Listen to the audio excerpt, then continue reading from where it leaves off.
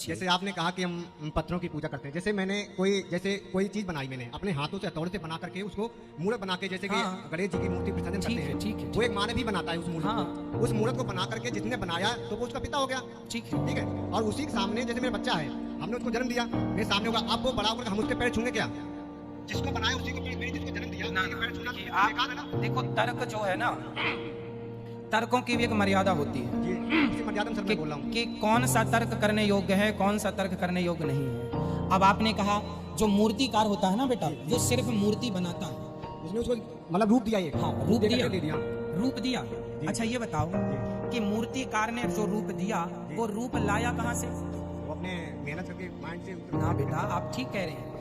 हर पत्थर में एक मूर्ति छिपी हुई है। मूर्तिकार ने पत्थर का केवल बाहरी आवरण हटाया, मूर्ति बाहर से लाके पत्थर में डाला नहीं। मूर्ति तो ऑलरेडी पत्थर में थी, बाहरी आवरण हटा दिया तो मूर्ति प्रकट हो गई। और पत्थर की मूर्ति मूर्तिकार तो बनाता है, पर तब तक वो भगवान नहीं होती। जब मूर्ति को ला करके वेद मंत्रों के द्वारा उसकी प्राण प्रतिष्ठा कराई जाती है, तब वो भगवान होते हैं ना बेटा। वो मूर्तिकार जो पत्थर छेनी हथौड़े से काटा है, वो सिर्फ मूर्ति है, अभी वो भगवान नहीं है। अभी वहां पे कोई माथा नहीं झुकाएगा, अभी वहां पे कोई जल नहीं चढ़ाएगा, जब तक उसकी प्राण प्रतिष्ठा। मतलब ये होता है प्राण डालना। ये मंत्रों के द्वारा मरे हुए आदमी को आप कहते हैं ये मर गया।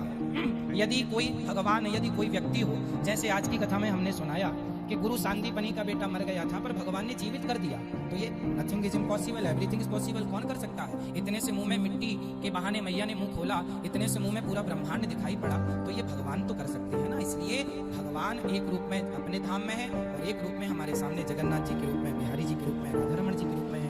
एक रूप में आप भी भगवान हो, आपकी माँ भी भगवान है। इसलिए तुलसीदास जी ने कहा है, सी राम मय सब जग जानी, सब भगवान। भगवान के सिवा आज की कथा में हमने बताया। आप बताओ, घड़ा सत्य है कि मिट्टी सत्य है? मिट्टी से घड़ा बना हुआ है, तो घड़ा सत्य है कि माटी? माटी सत्य में तो हाँ, माटी सत्य है, घड़ा सत्य नहीं है। पर व्यवहार में नहीं बोला जाएगा कुम्हार भैया जरा घड़ा दो।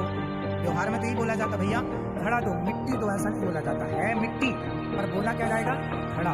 इसी प्रकार कण कण में है तो श्री कृष्ण, पर बोला जाएगा कि ये संसार है। संसार कुछ नहीं है बेटा, ईश्वर ही संसार है।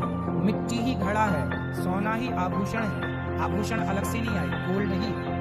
इसी तरह तुम भी भगवान हो, ये भी भगवान है, तुम्हारे बच्चे भी भगवान है, तुम्हारे घर में जो पेड़ लगा है वो भी तुम्हारी गौ माता, तुम्हारी बकरी, सब ईश्वर है। सी राममय सब जगह। देखें, सिर पैर नहीं इनके ज्ञान का। ये तो ऐसी कथा है इनकी जैसे एक दादी माँ अपने पोत्र पोत्रियों को शाम के समय सुलाते समय कथा सुनाया करती।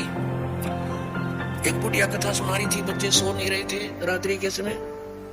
करी थी, बेटा एक मकान पर एक भूतनी बैठी थी, प्रेतनी, लंबे लंबे दांत थे, मोटी मोटी आंखें थी, और पीछे से पैर मुड़े हुए थे, उसके घुटनों से पीछे ऐसे बैठी थी, उसके पैर काम नहीं करते, मुड़े हुए थे। और जो बच्चे रात्रि के समय देर तक जागते हैं ना, उनको उठाकर दौड़ जाती है। अब बच्चे कहने लगे, दादी माँ जिसके पैर मुड़े हुए हों वो दौड़ेगी कैसे? तो बुढ़िया कहती है, सोजा सोजा हाउ आ जाएगा। अब बच्चे पूछते हैं, वो हाउ कैसा होता है? कि तुम ही तो हाउ हो, सर दर्द कर रखा, पड़ जाओ।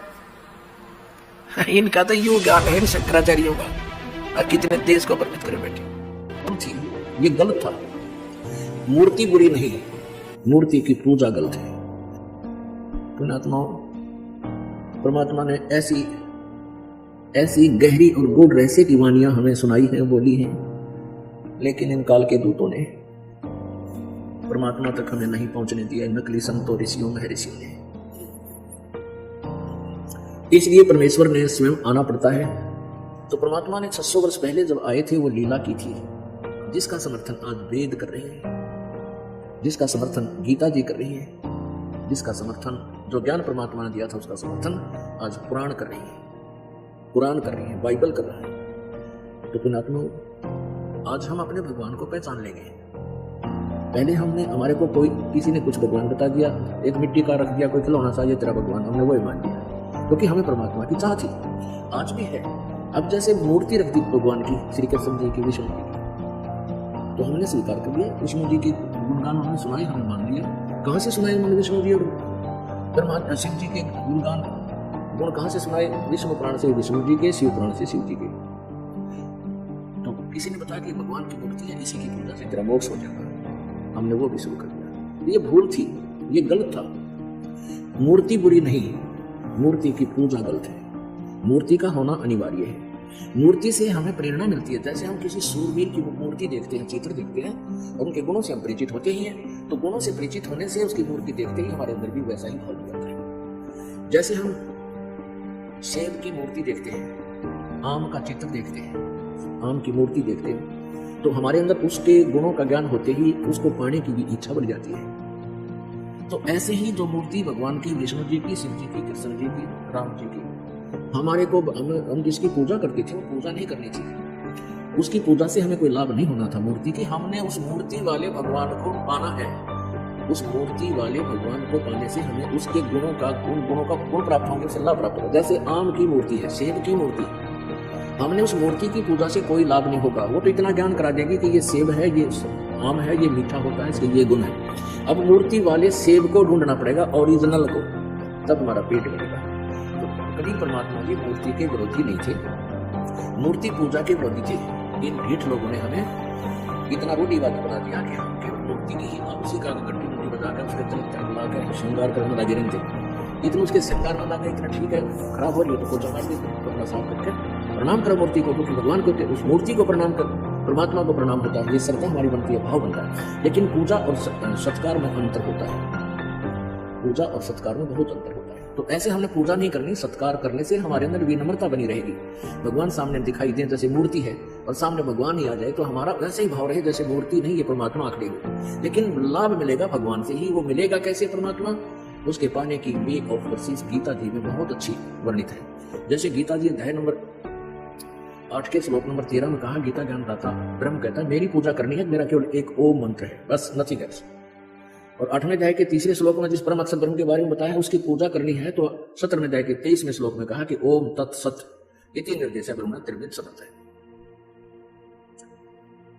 उस परमात्मा के यानी परम अक्षर ब्रह्म के पाने का ओम तो सीधा ही क्लियर है, स्पष्ट है, और तत् और सत ये दोनों सांकेतिक गुप्त हैं। ये दास बताएगा, वास्तविक ये कोड वर्ण है। तो ओम और तत् ये दो अक्षर मिलकर के सतनाम बन जाता है। ये सतनाम कोई जाप करने का नहीं है।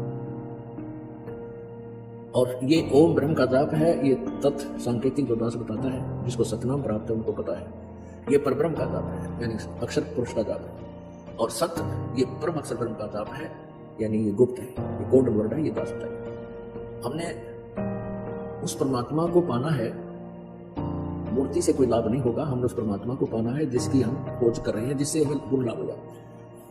अब गीता ज्ञान दाता कहता है कि तू सर्वभाव से उस परमेश्वर की शरण में जा जिसकी कृपा से तू परम शांति और शाश्वत स्थान यानी चित्रों को प्राप्त हो। हमारे को इन लोगों ने इतना भ्रमित कर दिया कि हमने किसी ने कुछ भी बता दिया उसी को गॉड मान लिया।